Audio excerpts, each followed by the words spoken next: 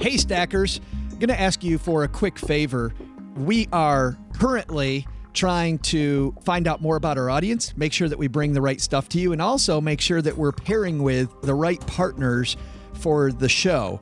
If you could take just a second, head to stackingbenjamins.com/survey. It'll take 3 or 4 minutes to complete, and that helps us a lot. Currently, we have about 70 people who've answered the survey. We need to get to 250 people that answer it. So if our listener, which is you, tells like 249 of your friends to take it, then the listener and their friends OG can help us get this done. So thank you, listener, for doing that. stackingbenjamins.com/survey. You know, I don't understand this podcasting thing. How come you boys can't have those keg parties and chase the girls like all the other nice boys do?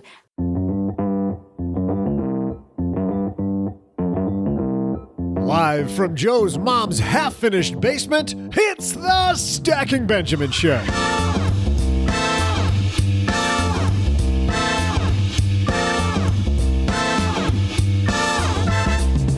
Hey there, money nerds. I'm Joe's mom's neighbor, Doug, and today we're tackling personality profiles. Wait a minute, Joe. Remember the last time we did this online, the black helicopter showed up over my house, and all those guys with sunglasses were walking up and down our street? Okay, all right, here we go. So today, folks, we are tackling personality profiles. How do you make your life and career work better? We'll ask that question to New York Times bestselling author Gretchen Rubin. Also, in our headline segment, what are some things clients say that make advisors cringe? And we'll still have time to throw out the Haven Lifeline to Kelly, who has a question about health savings accounts. We'll also answer your letters and wheel out a barrel full of my trivia. And here they are, two guys who together make up just about one whole personality, Joe and O-G.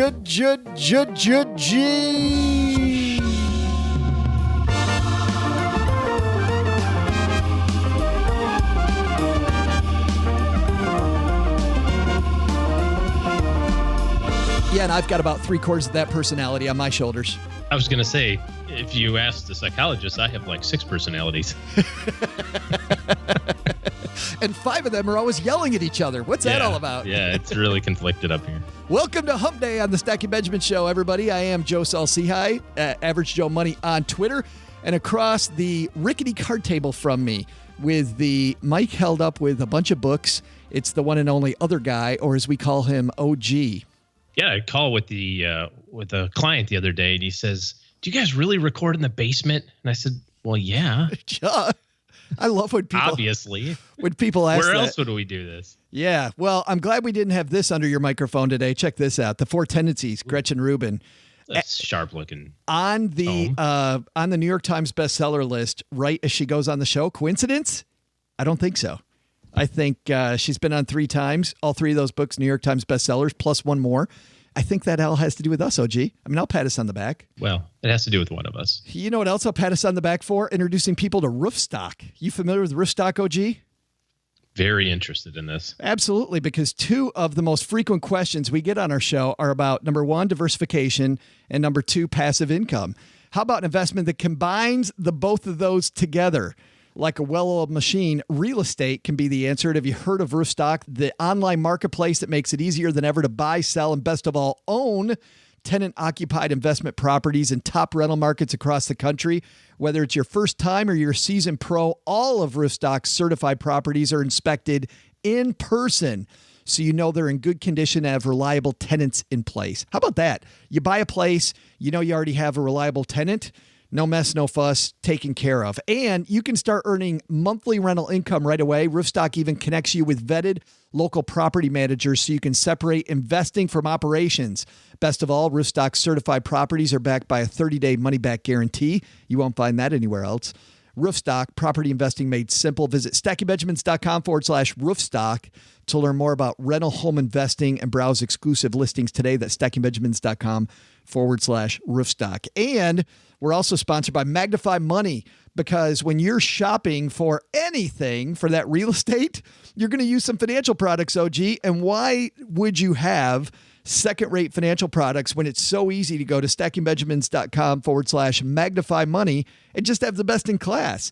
I mean, it's easy as one click and you will find balance transfer credit cards, cashback rewards, 0% interest credit cards, checking accounts, savings accounts, CD rates, personal loans, student loan refinance, Parent Plus loans, auto loans, small business loans.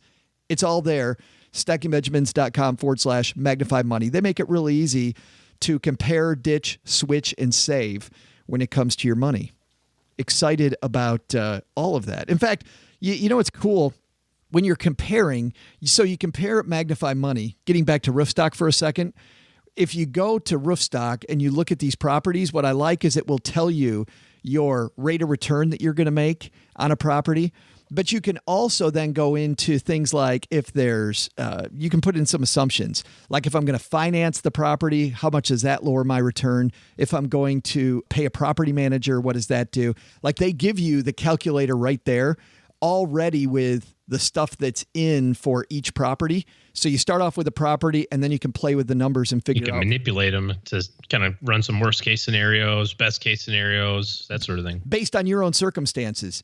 And Yep. and I like it. I was telling somebody the other day, they were saying that they don't like the turnkey real estate stuff. And I personally don't. They don't? No, I don't either because the rate of return is pretty low. What I like is. Oh, you're talking about like a REIT or something like that. No, I'm talking about these people that you hand them some money and they go and they take care of everything, right? Oh, okay. Yeah. Roofstock on one end will take care of everything if you want them to while you're getting your feet wet, or they'll take care of next to nothing. You can just look at these properties and buy a property, take care of the property manager, take care of the tenant yourself.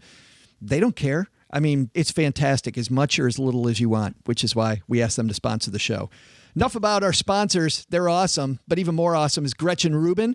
She's upstairs talking to Mom right now. And while she's doing that, let's get to our headlines because, man, do we have some good ones. Hello, darlings.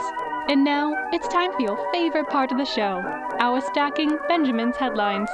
You know how people have goals and they think that they can't reach the goal? Well, in the New York Times last week, a down payment with a catch. You must be an Airbnb host. This is by Tara Siegel Bernard. If we only had the down payment, how many times have you heard that, OG? People come and ask you, if we only had the down payment. When I was at the Maserati dealership the other day, that's what I thought. Right. That and the monthly payment and the stupidity that goes along with buying a $100,000 car. If I only had less brains and more cash.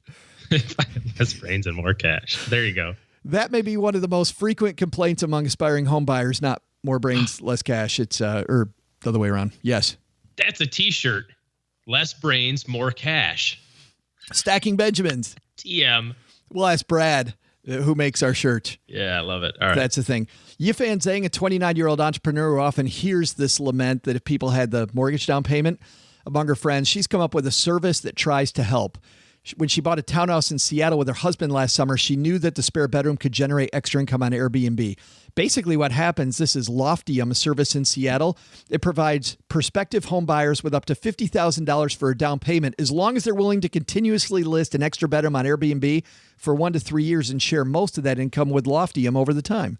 So they'll help you with the down payment if you give them some money. And it's funny, I don't want to talk about Loftium that much. Maybe we'll have them on the Friday FinTech thing. But what I do like is a lot of times when people go at goals, they come at it from one angle. And if they look at it from a different angle, they can achieve the goal. They just have to be able to kind of back away and open their eyes. There's often a lot of different ways that you can solve anything. And this is a great example of, especially in some place like Seattle or Dallas or New York, where the cost of living or cost of housing is so high, even for quote unquote a starter home. This is a great way to kind of bridge that gap. I'll give you another example. There was a woman who really wanted to retire to a house on Lake Michigan, just beautiful along the shoreline. Well, of course, you look at those properties, OG. Yeah, who wouldn't want to live there? Not cheap at all. And beautiful houses along that. And she couldn't afford it. So a friend of mine was working with her as her advisor and said, you know what, maybe we can't do that, but you're really a people person. Do you mind working during your retirement years? And she's like, oh, no, I love to work. That'd be fantastic.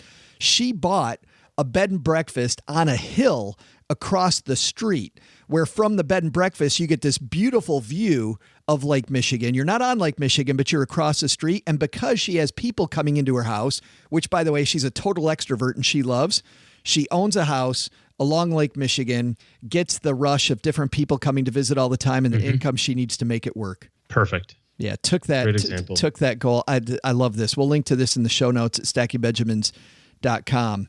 Our second piece, and I love this one from Investopedia, 10 things clients say that make advisors cringe. I looked through this. So this is a look into the other side. I mean, we talk about all the time, and you see in the popular press, people talk about things that advisors say that make clients cringe. Let's go to the other side here. Ready for this? Yeah, let's hear it. Let's hear this list. I will confirm or deny. Deposits. We're going to start with deposits. Quote, I'll deposit more into my investment account when the investments start performing better. I don't really hear that. Do you? You know, I did early in my career, but as I became better at educating people at about what our strategy was and what we were actually trying to do. But early in my career, it was, I'm not putting more money into that. That thing sucks. Well, that thing doesn't suck. The market sucks, dude. We're actually, I remember a specific conversation where this gentleman was in a fund that was beating its index for his kids' college, had consistently beaten its index. And he's like, this fund isn't performing. Wait, what are you talking about? This fund's not performing. Well, it's down 4% since we bought it 6 months ago. Yeah, but the market's down 5. You're down 4. The market's down 5. This competes directly against the market. Well, you know what? Don't want to. Once it turns around, then I'll put. Okay, so we don't. I'd like to pay more for it, please. Right. Yeah. When this tuna fish isn't on sale anymore, then I will be buying more of it. Okay. How about this one? And this was another one I heard early in my career. Loans. I'm taking a loan from my 401k to buy a boat. Hope it's a nice boat. Well, and the one that I know, there was another advisor in my office. His client, not only did he take a 401k loan to buy a boat, it was a down payment on the boat. So he took a 401k loan and he took an outside loan, a boat loan, right, to buy the boat, using money that they had freed up with a different debt consolidation strategy to take out the boat loan. I hope that he likes boats. Yeah. They say, the 2 best days in a boat owner's life. The day they buy it and the day they sell it. Yep. Yeah. Every boat owner I've ever met.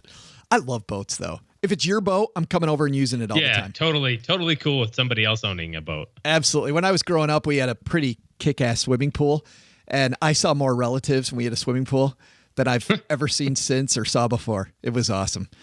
Next one. Say what? Quote, this one I heard all the time. If I get disabled and can't work and don't have insurance, I'll just kill myself. Oh, better yet, with long-term care, I'll have Nancy kill me. Yeah.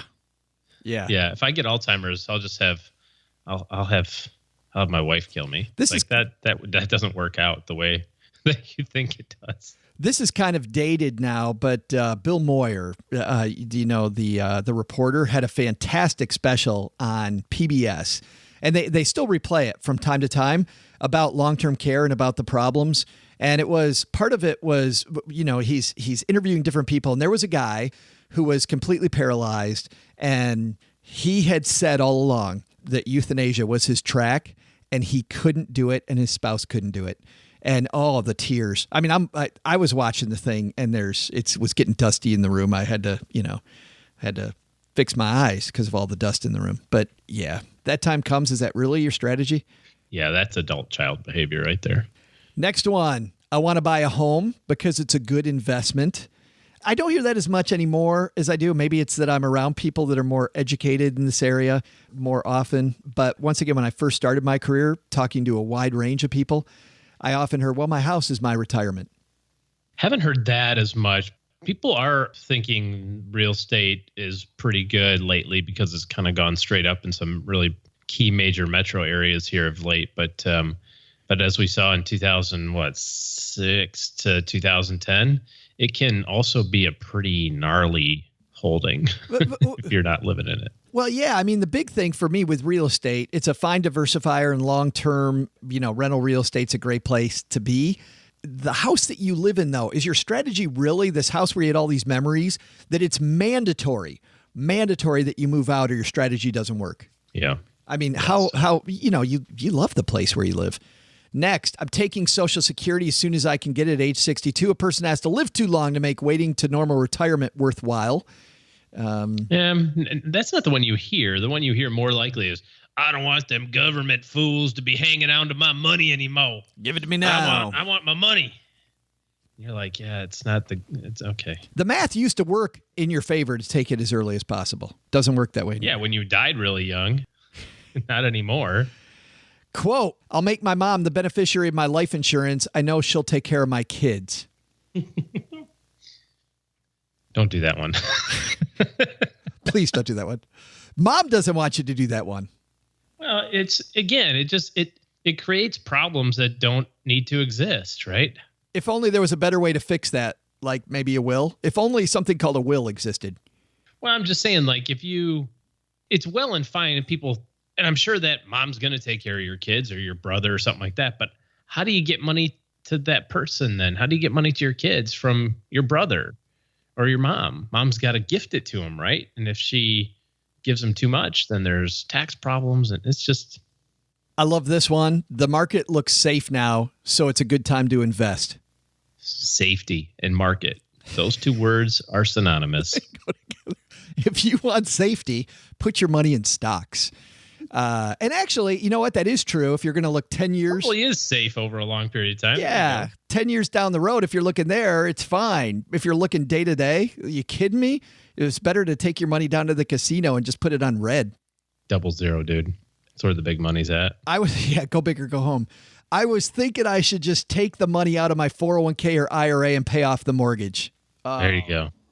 Oh, yep. Boy. While you're at it, why don't you go sell your house for 30% what it's worth, or go buy the neighbor's house for 30 or 40% more than it's worth. Here's another good one. Quote, I'm not enrolling in supplemental life insurance or buying additional term life because if I die, my wife can go back to work or remarry. Screw her. If I'm not around, I'm not funding her second marriage. I love that one. That's when you look at the spouse and you say, well, Nancy, how do you feel about being a prostitute? Because that's effectively what you're about to do. That's what your husband just said that you're going to do. You're going to go marry a guy for money or go work, Good luck with that. I was listening to a show, 99% Invisible, was talking about basic income. And in our close Facebook group, The Basement, I shared the link. But the funny thing was, they talked about how under Nixon, they actually looked at this for a while and gave people some money, different groups of people, and they didn't lay it out really evenly. But the very first thing that happened, divorce rates went up. And the reason divorce rates went up was because economic slavery of women, right, who've been married to this dude because he's been bringing home the paycheck and they can't stand him. The second they get a guaranteed check that they could just go do whatever, they immediately, first thing I thought about when you were telling that story. Yeah, fun stuff. I wonder if Mrs. OG feels like she's an economic slave. I'm not to ask her. I'm not even going. I'm not getting in the middle of that one. I think our lessons here are, number one, when you think about markets and you think about your economic situation, really think through the strategy instead of I'm going to use my house or I'm going to wait till the market does X. Really think through that before you rely on that for your financial picture. And then number two, have a big goal in mind that you don't think you can reach. Maybe, OG, if you put on a different lens, you might be able to reach that goal in a different way than you thought was possible initially.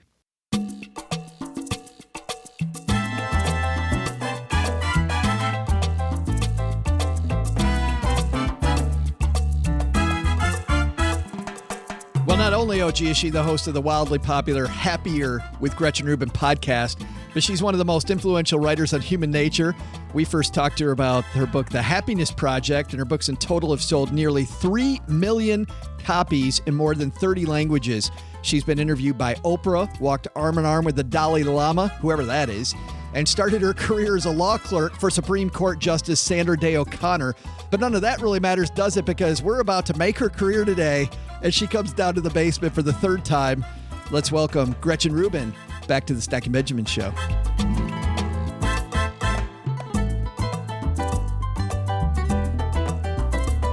And walking down the stairs, Gretchen Rubin. Have a seat. How are you? Well, actually, before you answer that, I should say New York Times bestselling author, Gretchen Rubin. Oh, thank you. I'm so happy to be talking to you today. Well, you did it again. Is this becoming ho-hum, like this whole New York Times thing? You're like, whatever, I'm New York Times. No, it totally. This is the fourth time. Every time it is so thrilling. It's such a big milestone in the life of a writer. It will never get old. I'm so happy. Thank you to all the readers who supported my books. It is a huge thrill to see the book on the bestseller list. Well, so you're out with a friend and you're eating a cheeseburger. She's messing around with her salad and you found the grain that became these 4 tendencies that you talk about. Tell me that story, Gretchen. Yeah, we were having lunch and I am a little bit of a happiness bully, as my sister calls me. And so I was grilling her about her happiness, her habits. And she said just something very simple that I'd heard many people say similar things before. She said, I know I would be happier if I exercised. And the weird thing is, when I was in high school, I was on the track team and I never missed track practice. So why can't I go running now? And I thought, well, why? It's the same person. It's the same behavior. At one time, it was effortless. Now she can't do it. What's going on? How do you explain that? And I just became preoccupied with trying to understand this puzzle. And as I thought about that, I realized there were other patterns in ways that people would sort of respond similarly in situations, like people who would say, oh, if you would talk about New Year's resolutions, they'd say, oh, well, I would do a New Year's resolution whenever it made sense, but I wouldn't do it on the new year. I wouldn't do it on January 1st because January 1st is an arbitrary date.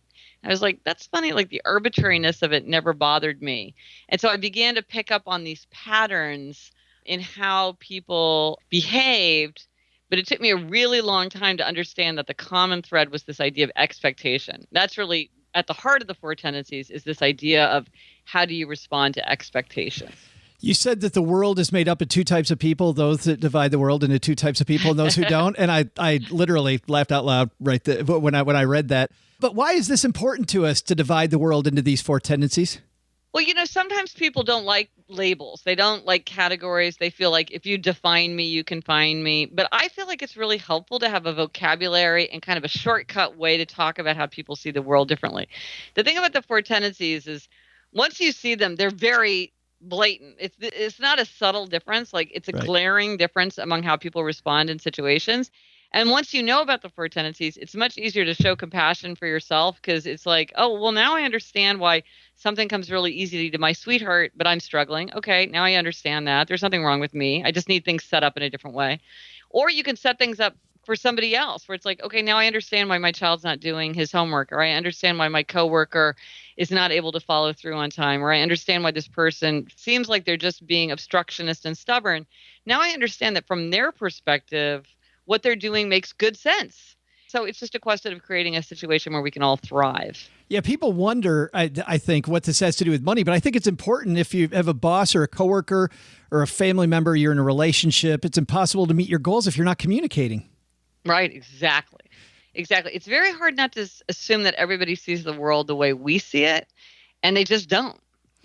So it's really helpful to realize what those differences might be. Although I think everybody should see the world the way I see it, Gretchen. Oh, really? Well, you're getting your word out. Maybe you're persuading people to see the world the way you see it. I was going to say, what tendency does that make me? Right. Bully. Yeah. But I didn't see bully in here as one of the 4. Uh-huh. Right. Yes. Well, let's attack these because I'm sure everybody is wondering right now, what are the 4 tendencies? So do you mind giving us a little shortcut on what they are? 100%. So it's how do you respond to expectations? Outer expectations like a work deadline or request from a friend, and inner expectations like your own desire to keep a New Year's resolution, your own desire to get back into playing guitar. So there are upholders, questioners, obligers, and rebels. Upholders readily meet outer and inner expectations. They meet the work deadline. They keep the New Year's resolution without much fuss. They want to know what people expect from them, but their expectations for themselves are just as important. Then there are questioners. Questioners question all expectations. They'll do it if they think it makes sense. So they don't like anything arbitrary, inefficient, unjustified. So they're making everything an inner expectation. If it meets their inner standard, they'll do it. If it fails their inner standard, they will resist. Then obligers. Obligers readily meet outer expectations, but they struggle to meet inner expectations. And this explains my friend on the track team. Yeah. When she had a team and a coach waiting for her, no problem. When she's just trying to go running on her own, she struggles.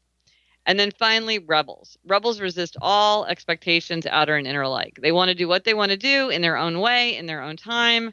If you ask or tell them to do something, they're very likely to resist. And typically, they don't even like to tell themselves what to do. No. So those are the four. Yeah, and I'm an obliger. I'm somebody that looks at the outside stuff, and if you tell me you need something done, I always categorize that ahead of what I need for myself, my own expectation. My question for you is, you describe yourself as an upholder, somebody that takes internal and external expectations. And what I wonder about somebody like you, Gretchen, as an obliger trying to understand an upholder, how do you weigh those so evenly? Like, it seems like if somebody asks you to do something and you have your own expectation, like those often clash against each other. And I think, man, if you're an upholder, that could be frustrating when your inner and your outer expectations are at odds. Well, that's a very good point, and that's one of the challenges for upholders is to balance outer and inner.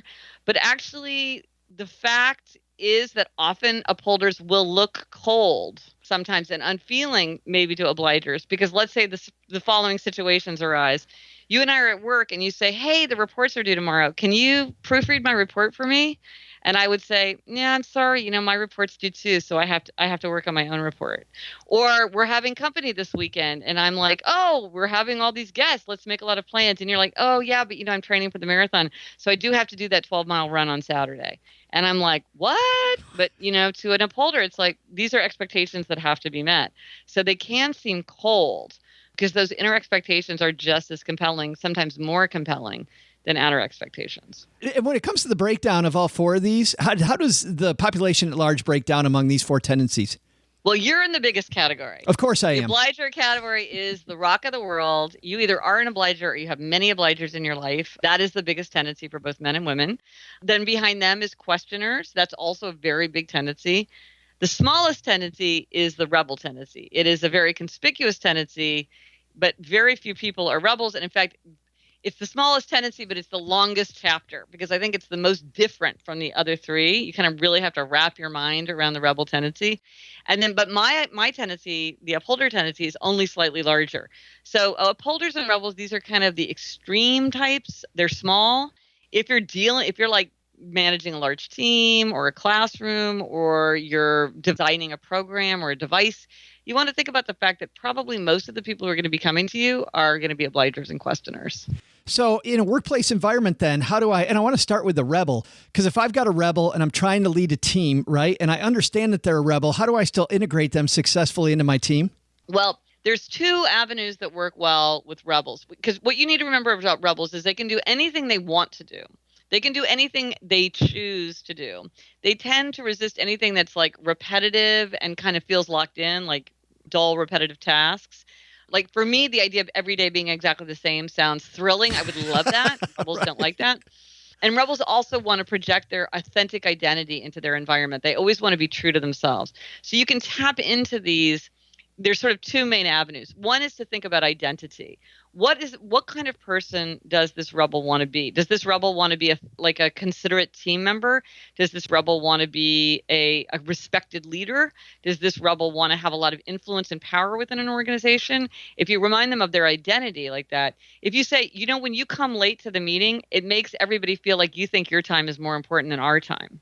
Okay, is that the kind of person you want to be? And the rebel might be like, no, because I'm the kind of person who shows consideration for others. I'm not going to act that way because that's not who I am. So that's an appeal to identity. Who do you want to be? What kind of person are you?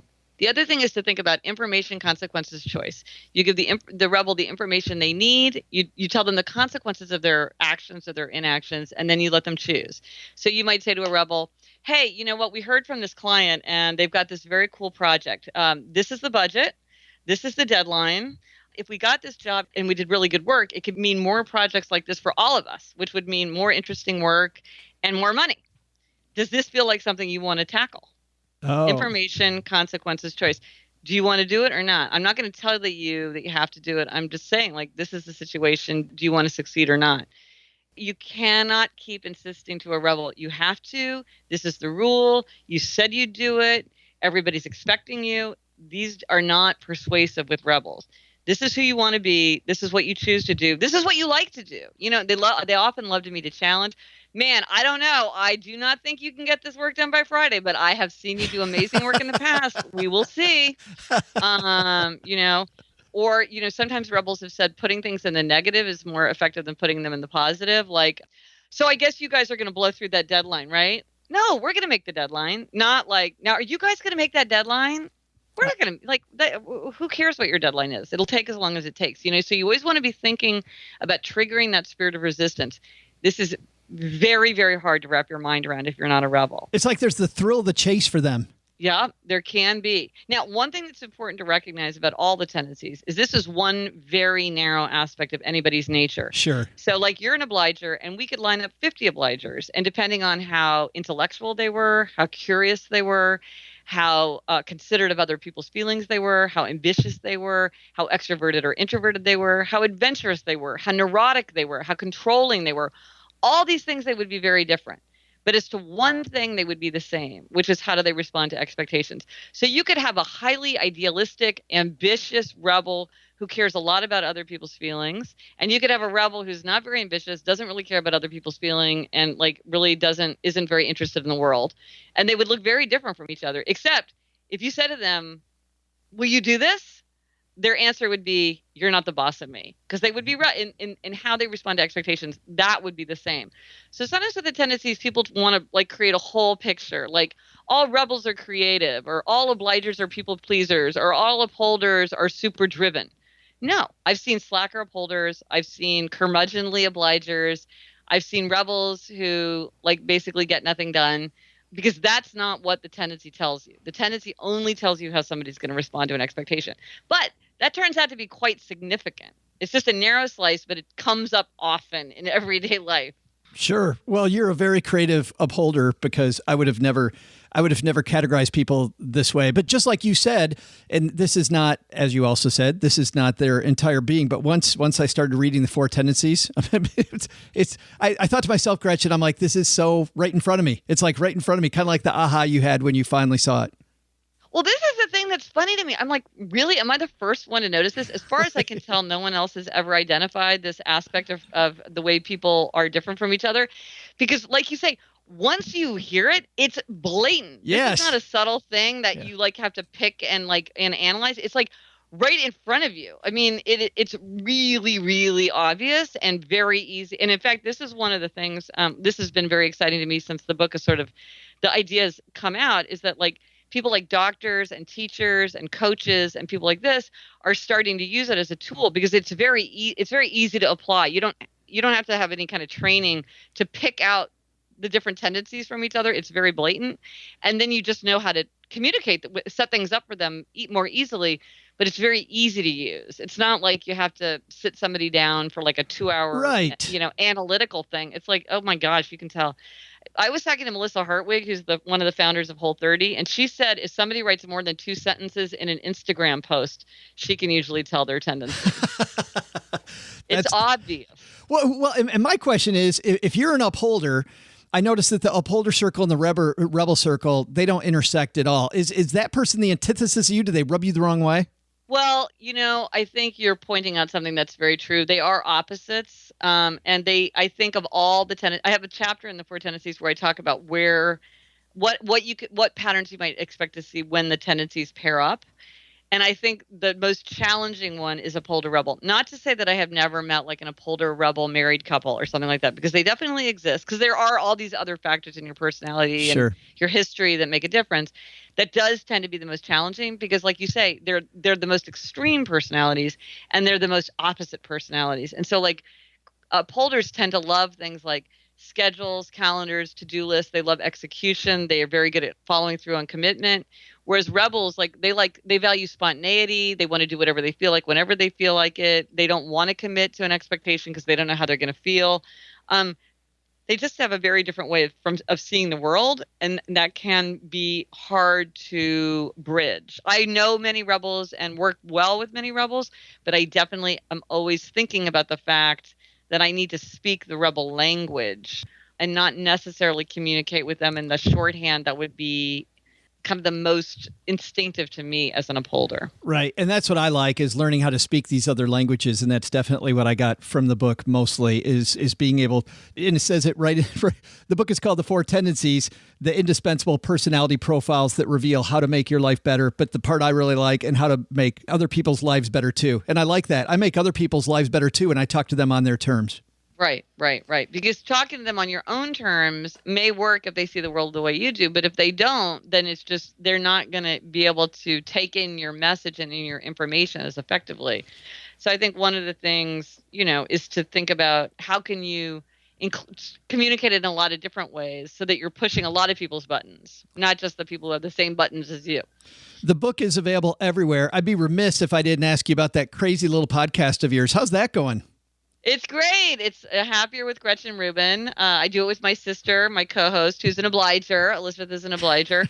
And it's so much fun. We talk every week about how to be happier, healthier, more productive, more creative.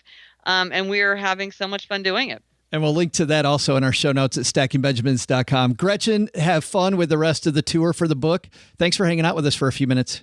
Thanks. It's so much fun to drop by. Hey everyone, I'm Joe's mom's neighbor Doug, and as you know, I'm the wizard of fascinating and weird stuff on this show. In fact, I know I'm one of a kind because Joe's mom says so. Seriously. The other day when I was telling her I was getting the air rotated in my tires again, well, it's been almost a year, so I had to do it. She looked at me and she said, and I quote, "You are one of a kind." Well, she said it just like that, too. She's so nice. Well, and to prove it, let me dish you out a scoop of that delicious trivia you've been waiting for. Today's question is this. On average, when someone gets an inheritance, how long does it take for them to spend it all? I'll have your answer right after this. Hey, Stackers, we get used to those same daily routines, don't we? Wake up at the same time every morning, brush our teeth, park the car in the same spot at work every day, recite jokes in the mirror to be funnier than that jerk at the water cooler? Or is that just me? Here's one thing you shouldn't make routine: using the same credit card from the same bank just because that's what you've always done. Nick Clements from Magnified Money explains why. I mean, it's never been a better time, honestly, to find a credit card, especially given the lucrative sign-on bonuses that are out there. Chase just recently had $100,000 on their reserve card. I think we're at a point right now where credit cards are extremely profitable for large banks, and they are really wanting to get more customers, and so they're rolling out the red carpet. So I would just say if you have had a credit card for more than 2 or 3 years, chances are there's a much better deal out there for you today. So why stick with that same old card with those rewards that haven't changed in years? You can use MagnifyMoney.com to always find best in class, including better interest rates. And don't only use Magnified Money for credit cards. Nick and the team have built the site from the ground up to help with personal loans, student loans, and mortgages. Average person saves $450 in interest when they hit stackingbenjamins.com/magnified money. Here's a question. What's keeping you away from investing in real estate? Well, over my career, I repeatedly hear that time, the time it takes to find renters, property managers, and to fix problems, and stress. What if you don't find a good property manager? What if you don't find a renter? Those are two of the biggest factors keeping people away from investing in real estate. We talked to Gary Beasley, CEO of Roofstock, about how the team at Roofstock are helping you take back a good night's sleep. The biggest pain point I have found is management. When you buy properties, you don't want to get calls about the tenant having a clogged toilet in the middle of the night. We solve that by finding third-party managers in each market who handle all the details for you. How's that for an advantage? Roofstock's online marketplace makes it easier than ever to buy, sell, and own tenant-occupied investment properties in top rental markets across the country. You own the house, but Roofstock handles as much or as little of the headache-inducing issues that you've come to expect with renting, but that doesn't have to happen if you partner with the right team. Best of all, Roofstock's certified properties are backed by a 30-day money-back guarantee. Check them out at stackingbenjamins.com/roofstock. That's stackingbenjamins.com/roofstock.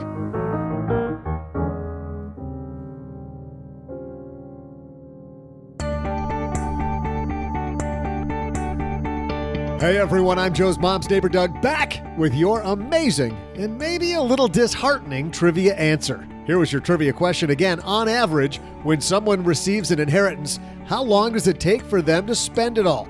The answer? On average, a person spends their entire inheritance in 18 months. Ha! Thank goodness that whoever my mom is blessed me with the inheritance of her good looks. Mine's gonna last forever. See ya!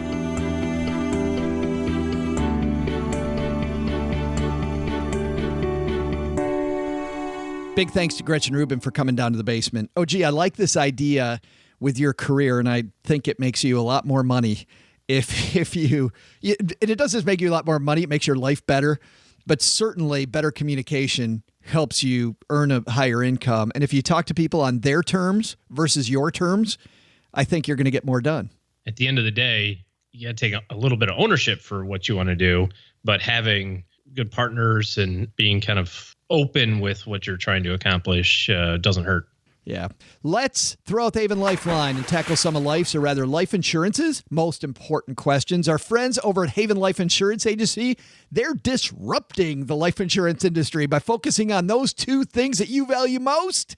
Fruit Loops and hard-boiled eggs. Bam! That's 3 and 4, and Haven Life knows that. But the first two, just barely above that, is your family and your time.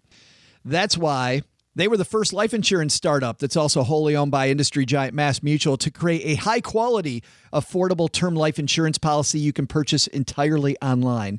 When I talk about high quality, I think you have to worry about the rating of your insurance agency. And if you check out the rating on Haven Life, I think you're going to be very excited, not only by that, but also by the price. And qualified healthy applicants can even skip the medical exam.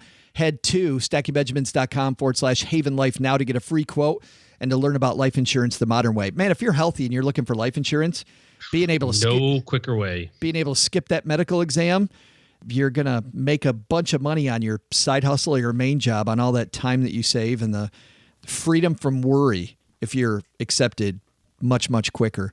Today, we're throwing out the Haven Lifeline to our brand new friend, Kelly. Say hello, Kelly. Hey, Joe and OG. Really love the show. Got a very quick question for you about HSAs. Once you start having a pretty large balance in an HSA account and you have enough to cover several years of medical expenses, it would be nice to be able to start investing a portion of that money. There does not seem to be a lot of options out there for investing HSA accounts versus just keeping it in like a basic savings account. So if you have any ideas or suggestions of how or where you can actually go about investing the money, I would greatly appreciate it. Thanks a lot. Awesome. Thanks for the question. And OG, investing HSA accounts, it's not as, there aren't as many options as there are with basic IRA. All the major companies are going to have some way for you to do this. A couple things on HSAs. You can transfer them while you're still employed from the provider that your company uses to another provider. But generally speaking, to get the match, because usually the employer gives you like $1,000 if you use the high deductible plan or something like that. To get their money, that money has to go into the plan that they specify. So if your plan doesn't have an investment option or investment choices, you can transfer that to any number of places. Just Google it and you'll find a number of brokerage companies that have HSA investment options there, all the big ones that you can think of. And you'll have the unlimited choices that you're looking for in terms of how to invest it. Here's how we do it in our family. I want to have the maximum annual out-of-pocket cost in cash in my HSA. And then every dollar above that, I'll invest. Because if I burn through all the maximum out-of-pocket in 1 year, that is a pretty bad healthcare cost year. So I figure that gives me enough of a runway to then continue to accumulate cash or whatever over the next year without having to get into the investments. So easy to transfer, but you probably have to keep your current plan open if you want to get the employer side of it. Awesome. And that's how it works. I got nothing to add. How about that? You, for once, answered the entire question. Nice. For once. First time out of 600 chances. I'm passing you the gold star across the table. Cool. If you've got a question for the Haven Lifeline like Kelly did today, you know what? It's really easy. Head to stackingbenjamins.com/voicemail, or just go to Stacking Benjamins. You'll see got a question and click that and you'll find that link. Very easy to use. And Kelly, we're going to send out a Stacking Benjamins Greatest Money Show on Earth t-shirt co-branded with Haven Life. And you can see all of our shirts, by the way, for the show at stackingbenjamins.com/shirts. Brad over at Flying Pork Apparel does a phenomenal job with Stacking Benjamins swag. We also get letters to this here podcast. Doug brought down the mail today, and our letter comes from Colton. And Colton says, I'm interested in investing in bond exchange-traded funds, but I'm not sure which ones I should look at. I prefer to buy several shares below the $50 range that aren't astronomical in fees. Any suggestions on which ones may fit my portfolio? Thank you, and keep stacking. Thanks for the question. And I love, now I don't know if Colton's baiting you or not. He's probably baiting me. By asking you which bond ETFs he should buy. Yeah. I'll take what is C, none of the above, Alex. Not to spend too much time on why you don't want to have any bond funds, but let's just say that you have some that you need.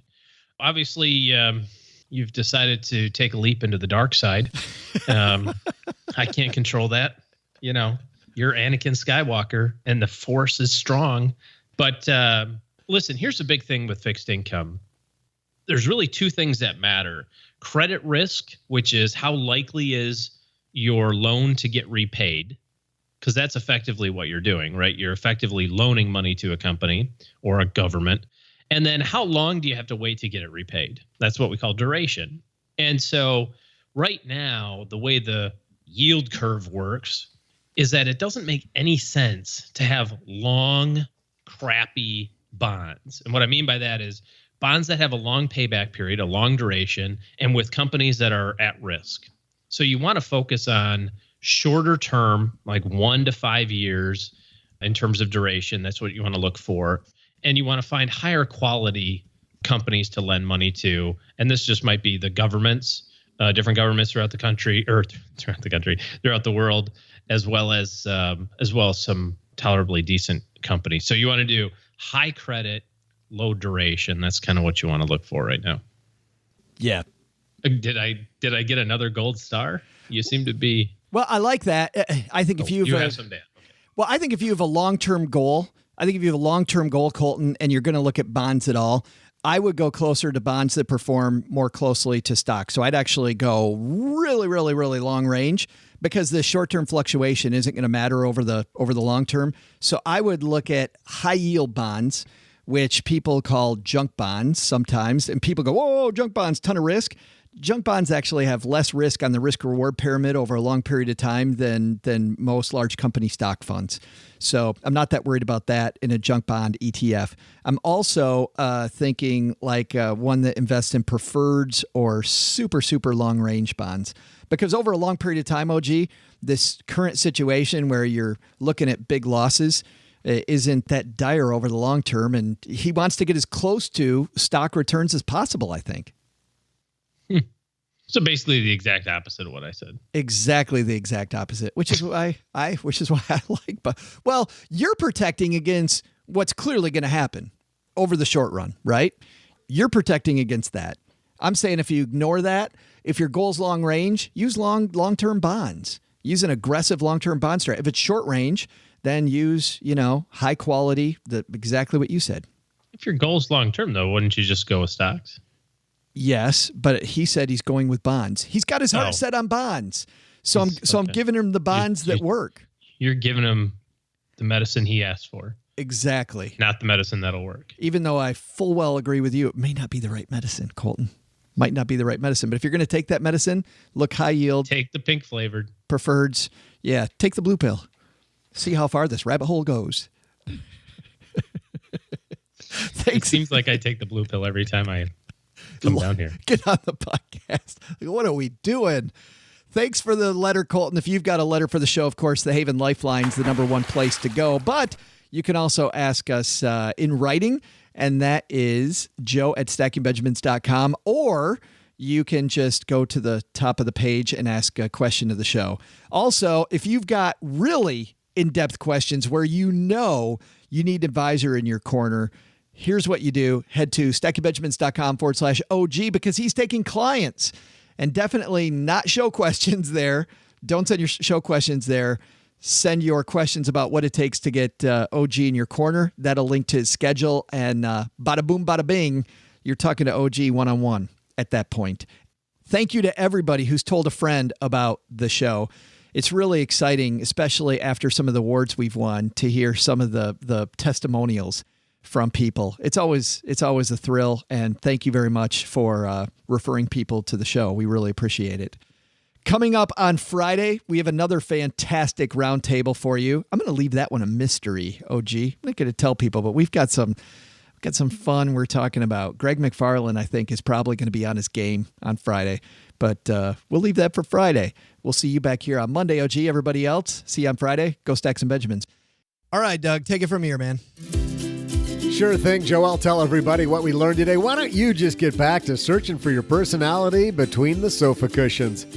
Hey, everybody. First, take Gretchen Rubin's advice. Talk to people on their terms, not yours, and your career and life, and those of your friends will be much better because of it. Second, have a goal that seems out of reach. Maybe by stepping back, you'll find a creative solution that might not have been apparent at first, like renting out a room on Airbnb. But the big lesson? Take this advice Joe's mom just shared with me. Be thankful you aren't made up of ice cream, because that could be a rocky road. Huh. Great tip, Mom. Special thanks to Joe's mom. This show was created by Joe Salsihai, produced by Richie Rutter-Reese, and engineered by the amazing Steve Stewart. Kathleen Selmans handles design, newsletter, and classroom opportunities. If you'd like to learn more, head to stackingbenjamins.com/classes. Online, visit us on Twitter at @SBenjaminsCast or on our Facebook page. Shannon Cowan is our community manager and social media guru. I'm Joe's mom's neighbor, Doug, and I swear the worst part about coming over to Joe's mom's house is having to put on pants. SB Podcasts may receive payment on the show from sponsors and guests in the form of books, giveaway items, discounts, or other remuneration. There's no way you would take advice from these dorks, but like Joe's mom always says, don't take advice from people you don't know. This show is for entertainment purposes only, and before making any financial moves, consult with a real financial advisor.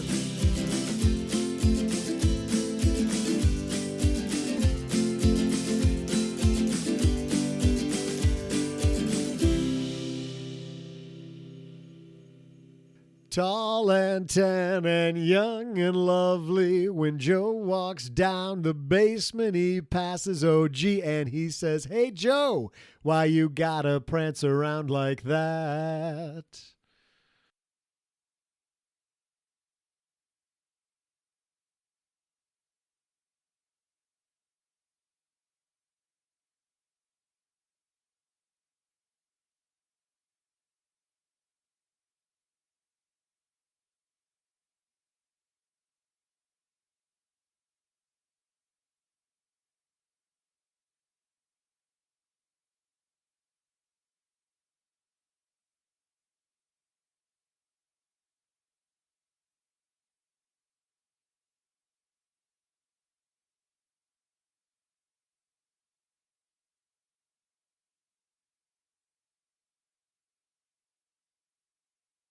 Welcome to the after show.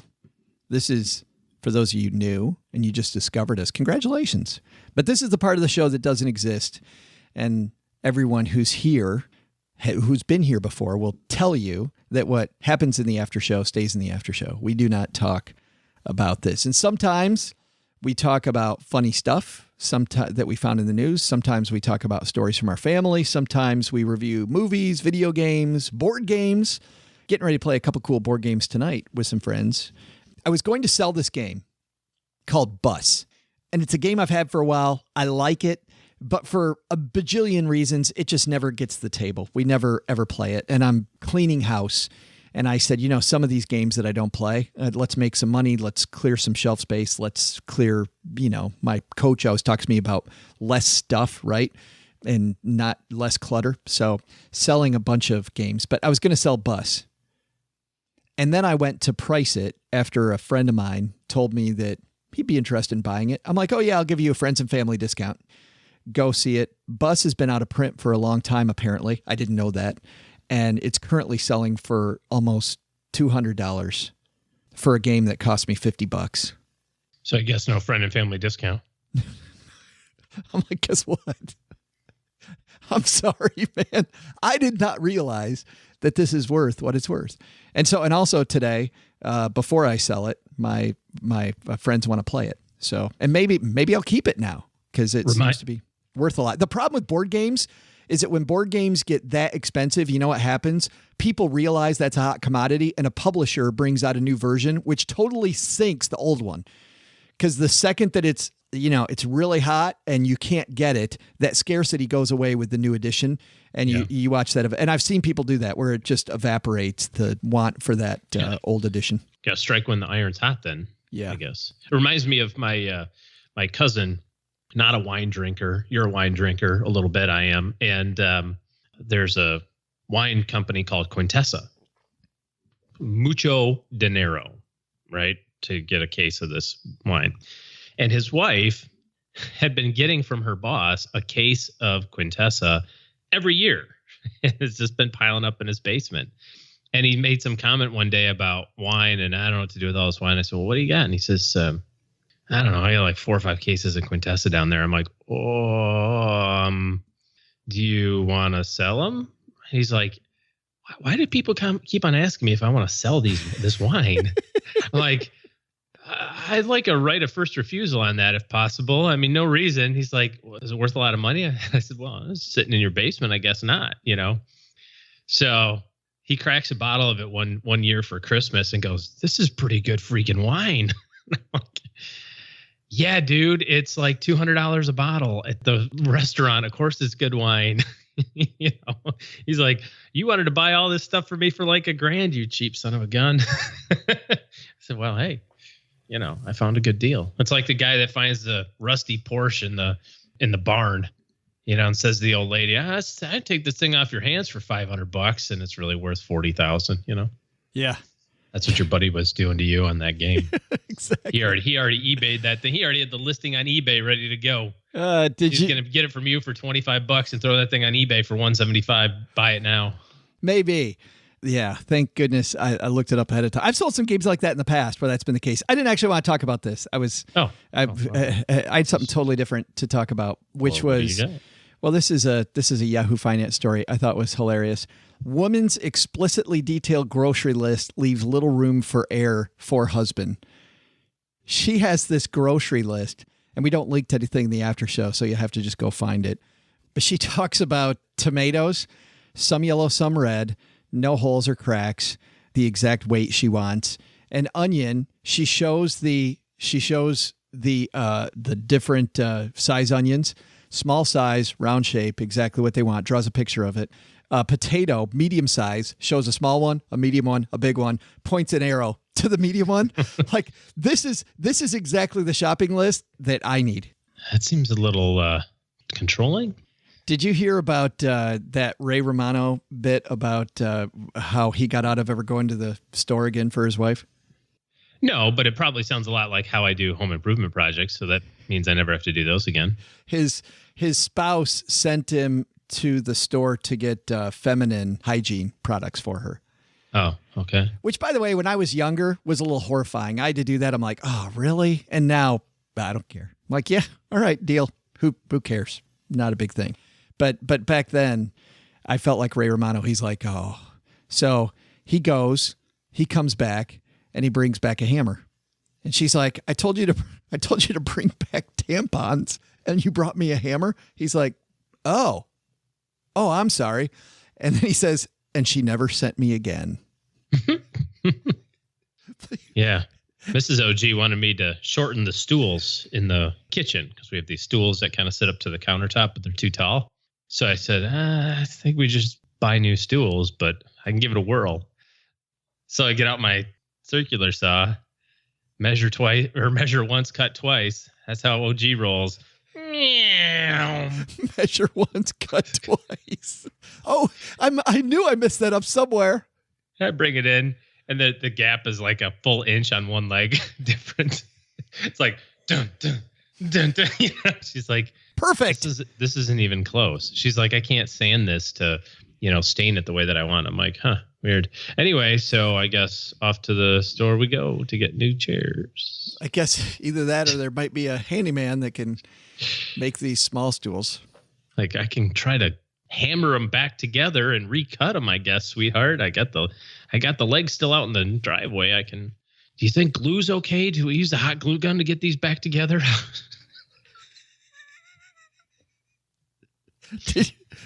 You sound just like Bob Vila. Exactly. Like one of those home improvement, like the Property Brothers. Oh, here's how we do this. We got a 4-legged stool. We take one of these, we make it about 3/4 of an inch less than the rest of them. And then we hire somebody else to do it. Bam. Then we go to the home goods store and buy 3 new stools for $80. Wouldn't that be great to have? It cost me $140 to get the circular saw to cut them, and it would have cost me $80 just to buy 3 new stools. Ladies and gentlemen, welcome to OG's podcast on home improvements. Today we're going to talk about the front door. My wife, she wanted the front door fixed, so I took an axe. You take an axe that's about 3 feet long, has a nice wide, I don't know, and you just chop the hell out of the front door. Here's how it works. Bam, bam, bam, bam. Before you know it, the front door is ruined. We're off to buy a new one. Problem solved. Thank you. Problem solved. Yep. So good. I don't know what I'm doing, but I'm pretty sure I'm doing it wrong. Well, you don't know what you're doing, but you're pretty good at it. Yeah. Yeah. That too. That's great.